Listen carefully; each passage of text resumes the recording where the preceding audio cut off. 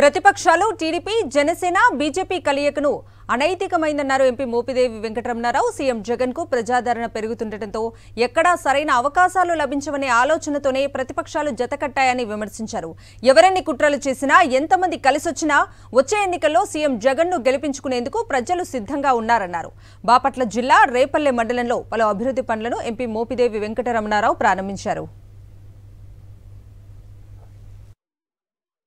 ఆంధ్ర రాష్ట్రంలో ఉన్నటువంటి ప్రతిపక్ష పార్టీలు చంద్రబాబు నాయుడు గారు కావచ్చు, ఆయన వత్తాసు పలికేటటువంటి పవన్ కళ్యాణ్ గారు కావచ్చు, నిన్న మొన్న మళ్ళా కొత్త కాపురానికి శ్రీకారం చుట్టినటువంటి బీజేపీ కావచ్చు. ఇది ఒక అపవిత్రమైనటువంటి కలయిక, అపవిత్రమైనటువంటి పొత్తు అనే దాంట్లో ఎలాంటి సందేహం లేదు. కారణం నిన్న మొన్నటి వరకు నువ్వు దొంగ అంటే నువ్వు దొంగ అని చెప్పి ఇష్టం వచ్చినట్టు తిట్టుకున్న పార్టీలు బీజేపీ, తెలుగుదేశం. 14 ఎన్నికల్లోనేమో ఇద్దరు కూడా కలిసికట్టుగా ప్రయాణం చేసి ఆంధ్ర రాష్ట్రాన్ని అన్ని విధాలుగా అభివృద్ధి పదంలో తీసుకెళ్తాం, ప్రత్యేక ఆంధ్రాన్ని చంద్రబాబు నాయుడు గారి చేతిలో తీసుకొచ్చి పెడతామని చెప్పి మాట్లాడిన పెద్దలు ఆనాడే ఆ మాట.